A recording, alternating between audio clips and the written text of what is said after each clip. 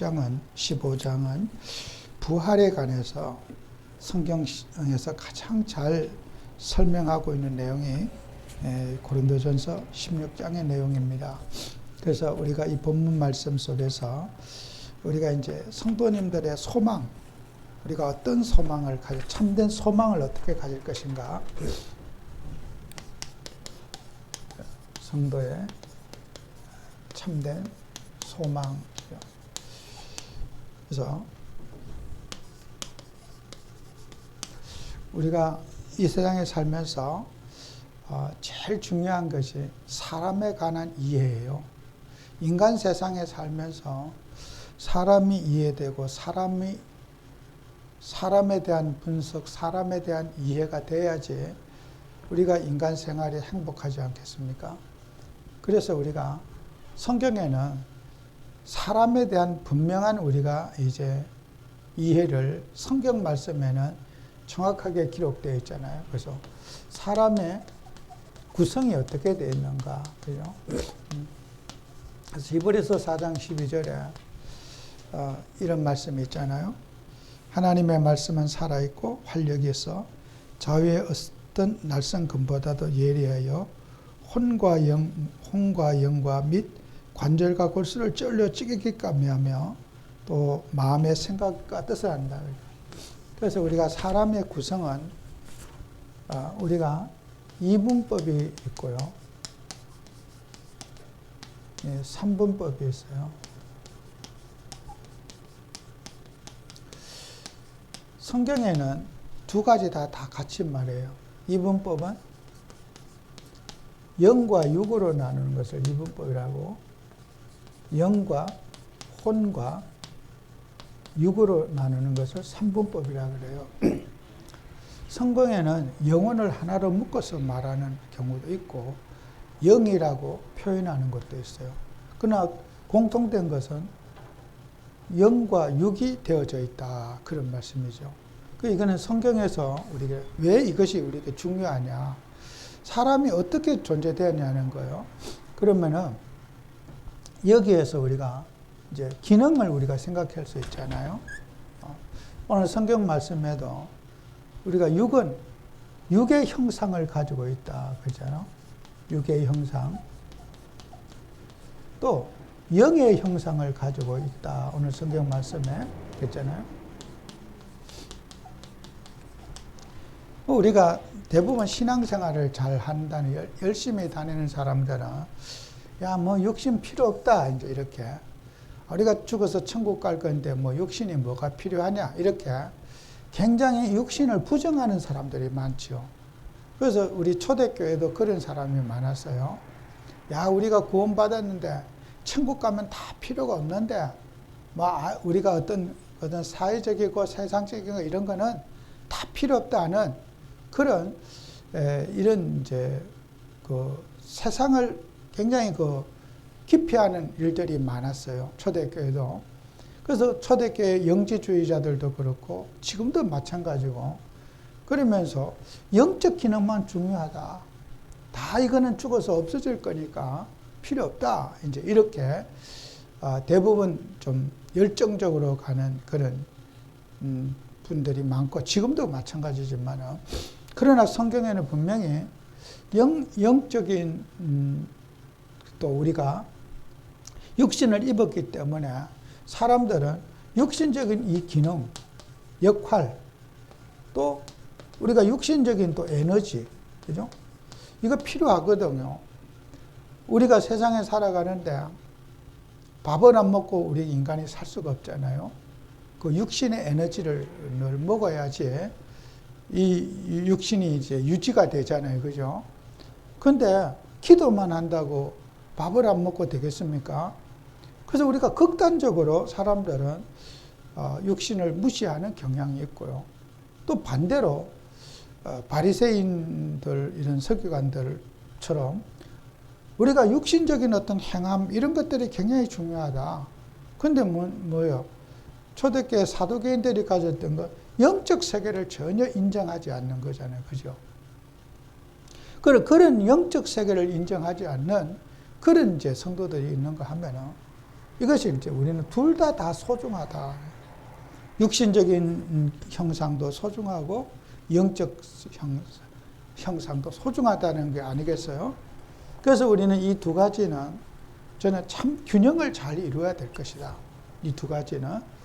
그래서 우리가 이런 사람이 살아가면서 성도님들을 또 교회 다니는 우리 하나님 자녀들을 이 육신에도 성공하고 또 영적인데도 우리가 정말 성령이 충만해서 하나님의 소원을 이루는 그런 도구가 되어지는 그런 우리가 이제 삶을 살아야 되겠죠. 그러면은 우리가 육신의 몸이 육의 몸에 갇힌 영혼, 그죠? 영혼 혼자서 독립해서 존재할 수가 없는 거죠. 사람이 살아있을 때는 반드시 육신의 몸에 영혼이 제한되어져 있단 말이에요. 그죠? 예수님이 이 땅에 육신을 입고 오셨을 때도 하나님이 육신 속에 제한되어져 계신 거예요. 그리고 그분이 십자가에 죽으시고 부활하셔서 성령으로서 육신의 털을 다 벗어버릴 수 있었단 말이에요. 그죠? 그래서 예수님도 육신 속에 제한돼서 33년 사실 동안에는 눈물도 흘리시고 감정도 표현하시고 슬픔도 느끼시고 또 예수님도 피곤도 느끼시고 예수님도 그렇게 사람이 당하는 모든 것들을 그 하나님이신 전능하신 하나님이 이 땅을 구원하러 오셔서 육신 속에 제한되어서 인간 예수로 이 땅에 오신 거란 말이에요. 그죠? 그 인간 예수로 오셨지만은 아담의 자손이 아닌 원죄를 갖지 않은 하나님으로 이 땅에 오셔서 우리에게 메시아의 사역, 그리스도의 사역을 하기 위해서 예수님이 오셨단 말이에요. 그 예수님이 그 육체가 십자가에 죽으시고 부활하심으로써 예수님은 시간과 공간을 제약받지 아니하시고 제자들과 오늘도 함께 할 수 있는 그 성령으로 우리가 임재하고 계시잖아요. 예수님이. 그처럼 우리는 육신은 우리가 어떻게 되냐 반드시 있잖아요. 죽음에 이르는 죄를 범했다. 창세기 2장 17절에 선악과를 따먹는 날에는 성경 말씀 반드시 죽으리라 그랬어요. 반드시. 꼭 죽는다 이거예요. 안 죽을 수도 있다. 사단이 마귀가 그랬잖아요. 하와에게 죽을까 하노라.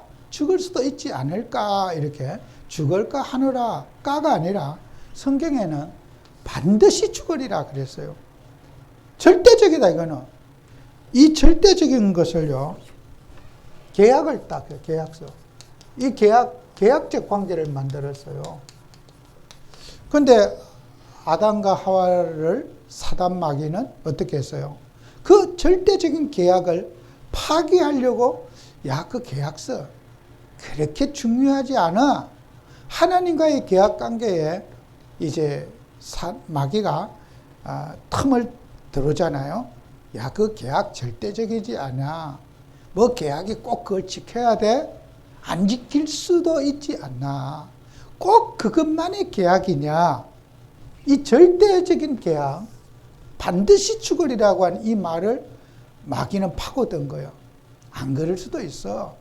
그렇지 않을 수 있어. 이렇게 사단은 하나님과의 인간과의 맺은 절대로 어기지 말아야 될 그 절대 계약을 마귀는 파고드는 거야. 절대는 있을 수 없어. 그는 하나님이 전능하신 하나님인데 그것만 갖고 꼭 붙잡고 계시겠느냐. 다른 것도 얼마든지 할 수가 있어. 하나님은. 그죠? 하나님의 전능성을 다양성을 인정하면서 마귀는 굉장히 합리적인 방법으로 하와를 유혹한 거잖아요.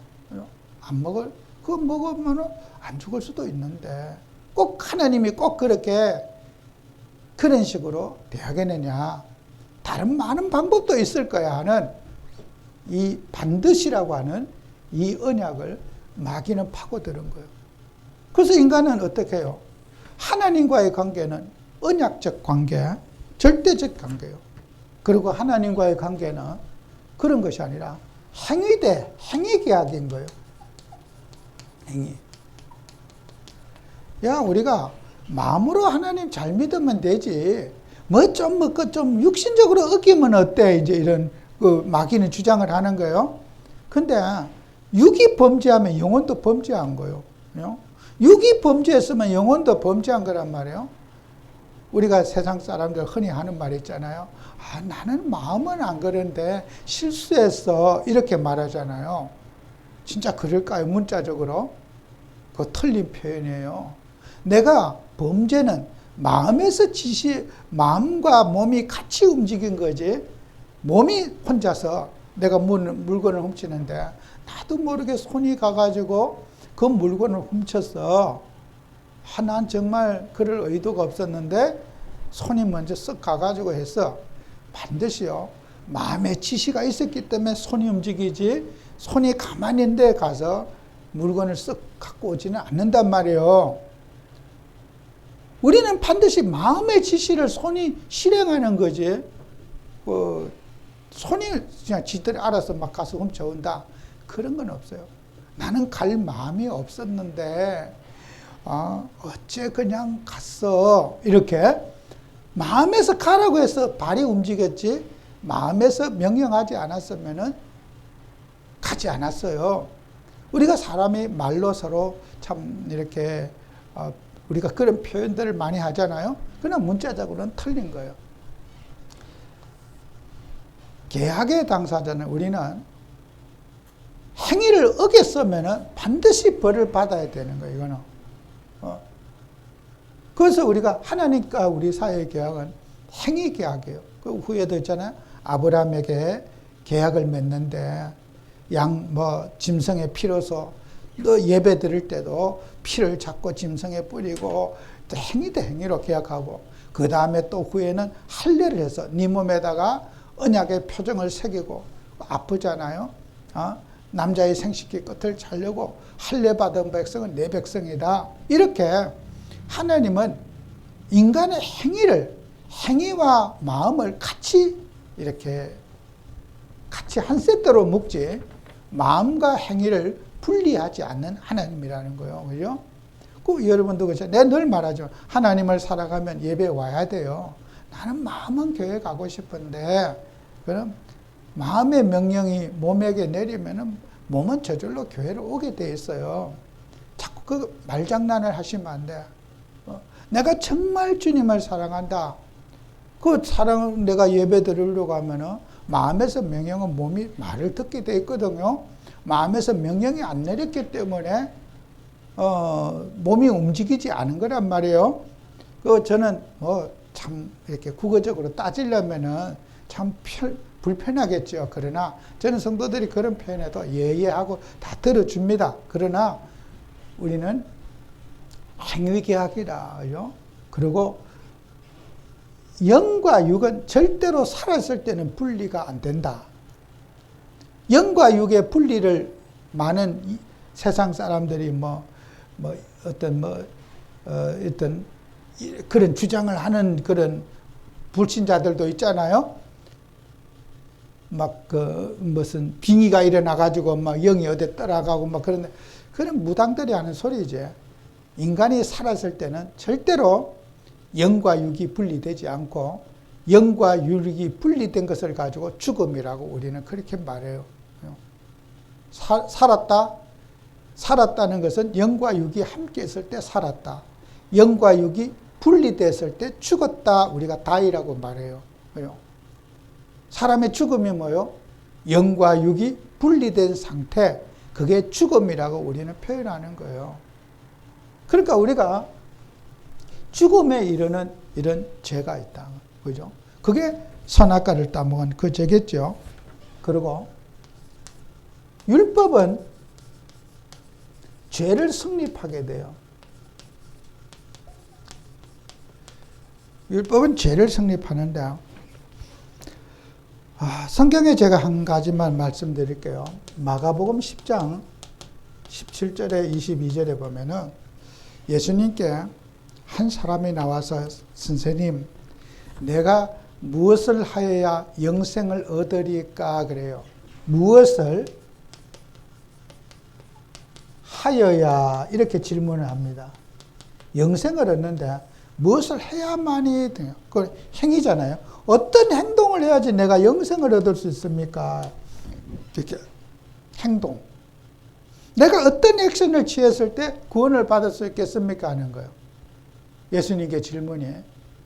그리고 자기는 뭐 부모를 섬기고 형제를 섬기고 다 했다가 예수님 앞에 그런 율법을 통해서 구원을 받을 수 있지 않을까 하는 뜻으로 자기는 구원받기 위해서 율법을 열심히 지키고 하나님 말씀을 지키고 행했다는 거예요. 예수님께 거의 자랑 비슷하게 했어요.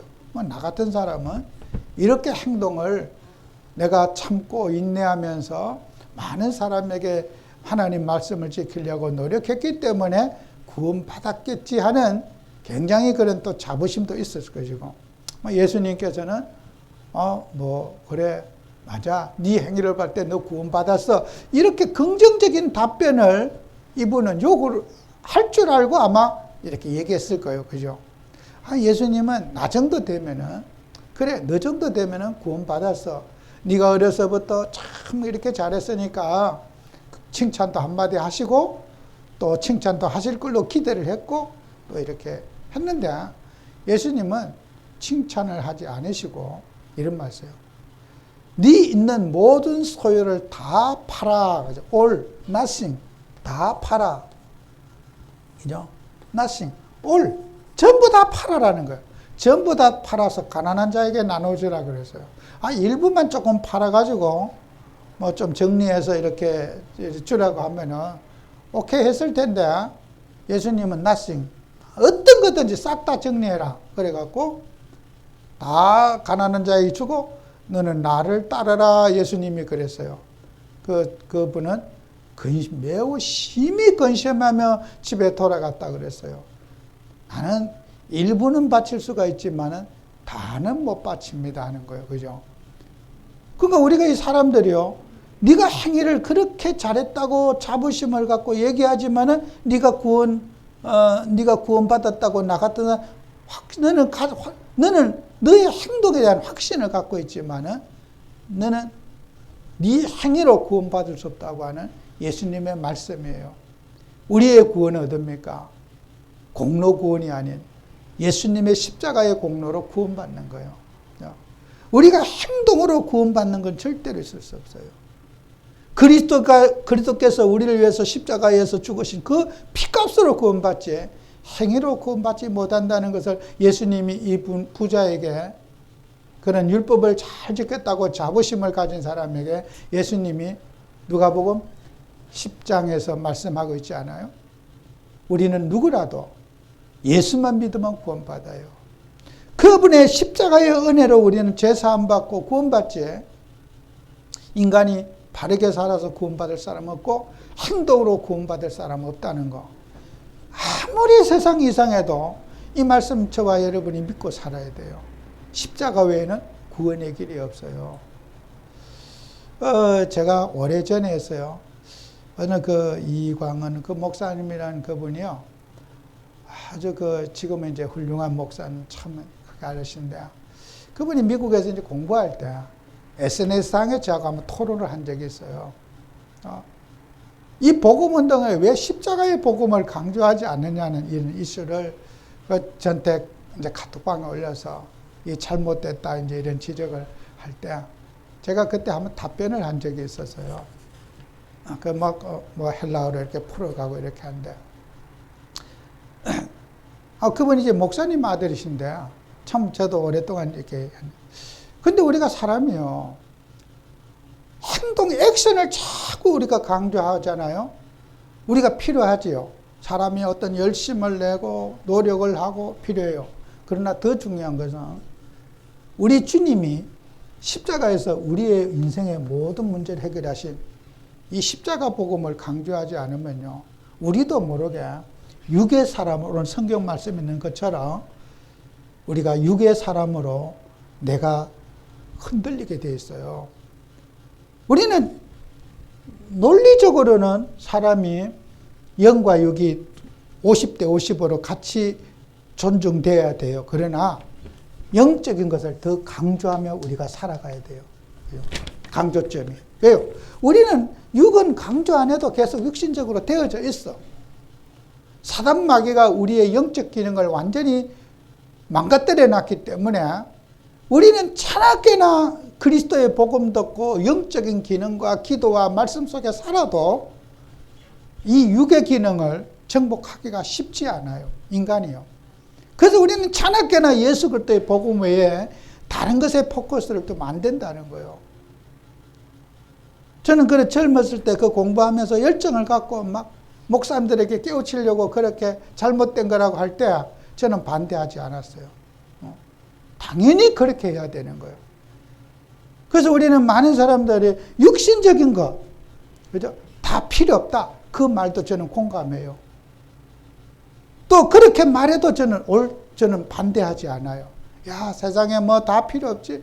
아이고, 우리 죽으면 끝날 건데 그 육신적인 거 그렇게 자꾸 집착하고 우리가 그게 갈등하느냐. 나 동의해요, 그게요.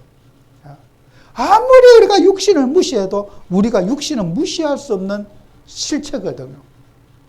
영적 기능을 세우고 말씀의 기능을 세우고 성령의 충만함을 받아서 이 우리가 육신의 그런 노예가 되어 있는 것에서 극복하고 우리 자신을 복음 앞에 말씀 앞에 세워야 되는 아주 중요한 우리는 제목을 가지고 있다는 거예요.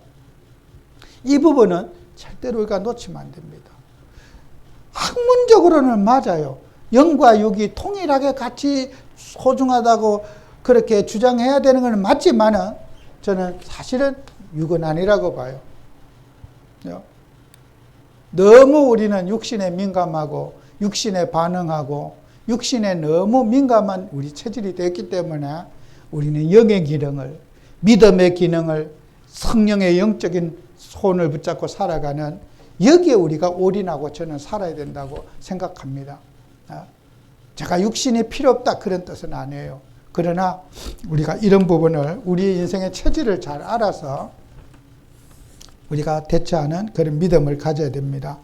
그래서 우리는 아무리 우리가 해도요, 영의 사람은, 그러니까 영의 사람의 믿음이 참 우리는 중요합니다. 이거는요, 교회는 육신적인 얘기 하시면 안 돼요.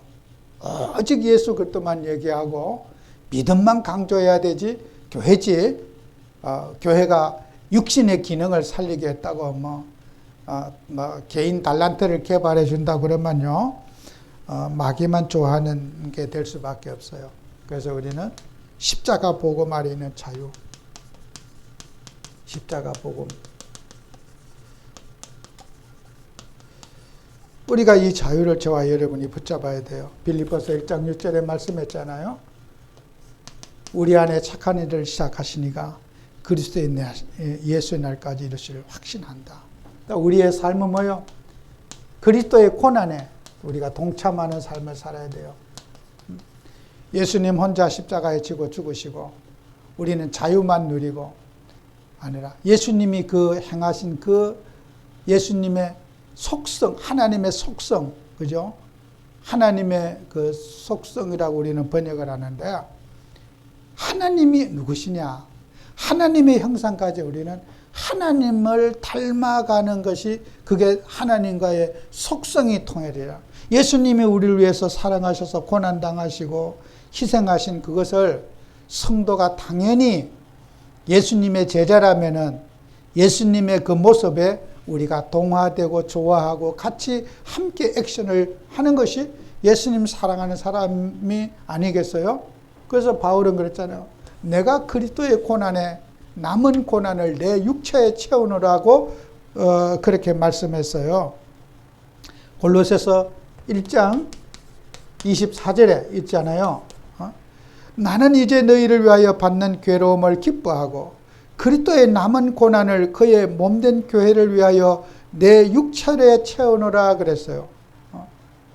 예수님의 그 고난, 나를 구원시켜 주시고 해방하신 그 그리스도의 고난을 내 육체에 쳐넣어라. 그래서 바울은 어디 가든지 고난당하고 어려움 당하는 것을 감사로 여기면서 수고 많이 했죠. 그리고 빌립보서 3장 10절 11절에도 내가 그리스도와 그 부활의 권능과 고난의 참여함을 알고자 하여 그의 죽으심을 본받아, 예수님의 죽으심을 본받아 어떻게 해서든지 죽은 자 가운데서 부활에 이르러 하노라. 이렇게 우리는 주님의 고난에 동참하는 우리가 되고요. 마지막으로 우리는 승리하신 그리스도를 붙잡아야 돼요. 승리. 영원한 승리를 주신 그리스도. 영원한이라는 말이 빠지면 안 되겠죠? 영원한 승리를 주신 그리스도. 우리가 변화된 그리스도인이라는 말을 이해하셔야 돼요. 자, 변화된 그리스도인, 또 변화될 그리스도인, 또 제가 세 번째는 제가 주보에 말 안 했지만은, 자, 영화. 예, 변화된 그리스도인이라는 말은 우리가 무슨 뜻이냐 하면요. 고린도후서 5장 17절에 보면은 그런즉 누구든지 그리스도 안에 있으면 새로운 피조물이라 이전 것은 지나갔으니 보라 새 것이 되었다 그랬어요. 우리가 중생이라는 말을 여러분이 들어보셨을 거예요. 중생. 이 말은 리제너레이션이라는 말이에요. 중생, 거듭났다. 그죠? 예수님을 우리가 영접 구주로 영접할 때 거듭나게 되고 신분이 바뀌게 됐다는 말이에요. 그죠? 그리고 로마서 1장 17절에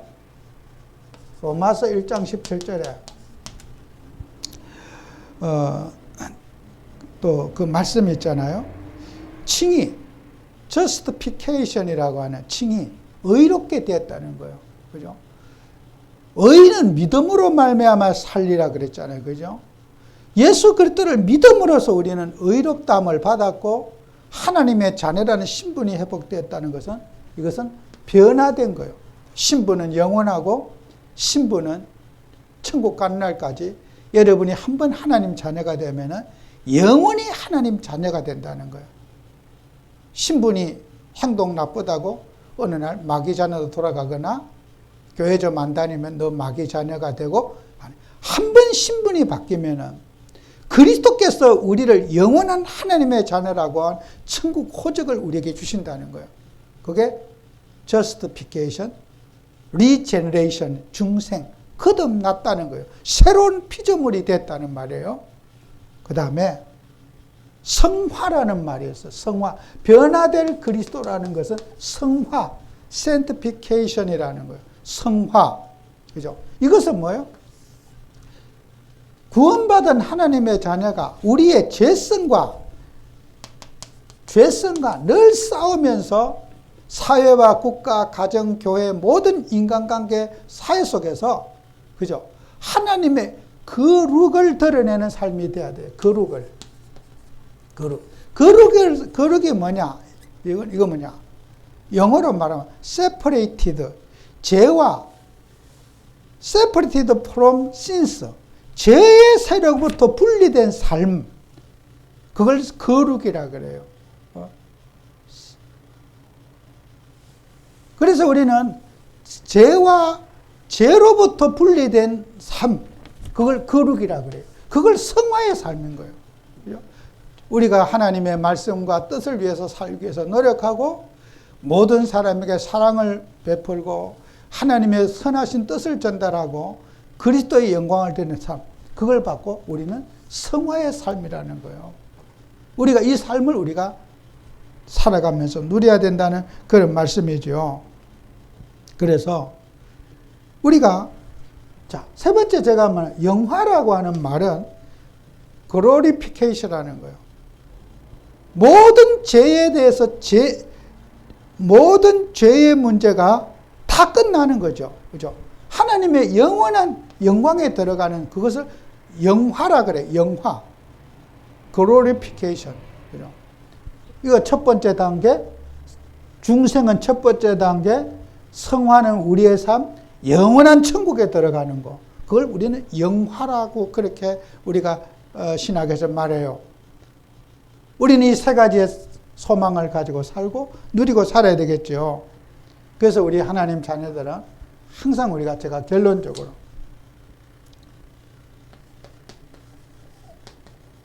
구원 이상의 것을 누리고 살아야 된다. 참 이 말 어려운 말이죠. 한 예를 들어 볼게요. 걸음을 걷지 못한 쩔뚝발이가 의사를 찾아왔어. 얼마나 아프겠어요? 아픈 것을 고쳐주는 것이 의사의 목적이 아니라 그 사람이 뛰어갈 수 있게. 쩔뚝발이가 쩔뚝거리지 않는 것에 우리가 거기에서 끝내는 것이 아니라 뛰어갈 수 있게 해줘야 된다는 말이에요. 달려갈 수 있게. 그게 우리는 구원받은 것으로 만족하는 것이 아니라 더욱더 적극적으로 우리는 하나님의 소원과 계획을 붙잡고 살아갈 수 있게 하고, 한 가지 더 예를 든다면 구원 이상의 그것이라고 하는 그 말은 가정이 파괴되고 이혼의 가정이 엉망진창이 됐어. 이혼 안 하는 것으로 만족하지 않고 그들의 부부가 더 적극적으로 사회와 국가와 미래를 위해서 헌신하며 살아갈 수 있도록 구원 이상의 그것을 하는 것이 기독교의 가치관이라는 거예요. 고치는 데만 고치는 데만 목적이 아니라 고친 이후까지 우리는 책임을 져주는 거, 교회가 역할을 해주는 것이 우리의 사명이라는 거예요. 구원은 선물이지 여기에 머물면 안 된다는 거예요.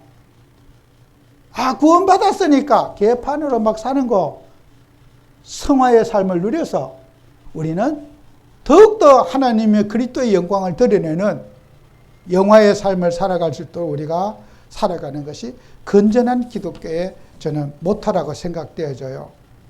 구원만 우리가 예수님을 영접해서 구원받았다, 다 끝났다. 끝나지 않았어요. 구원 이상의 그것을 하는 것이 기독교의 목표라는 거 꼭 기억하고 승리하는 여러분 되시기를 바랍니다. 기도합니다. 주님, 우리에게 은혜 주셔서 우리 주님이 우리를 사랑하셔서 십자가의 공로로 우리를 구원하시고 하나님의 자녀 삼으신 것 감사합니다. 구원받은 우리들이 오늘도 성령의 인도를 받으며 우리의 육신의 죄악과 싸우며 주님의 영광을 드리는 일에 우리의 생을 다하며 살아갈 수 있도록 축복해 주옵소서. 예수님 이름으로 기도합니다. 아멘.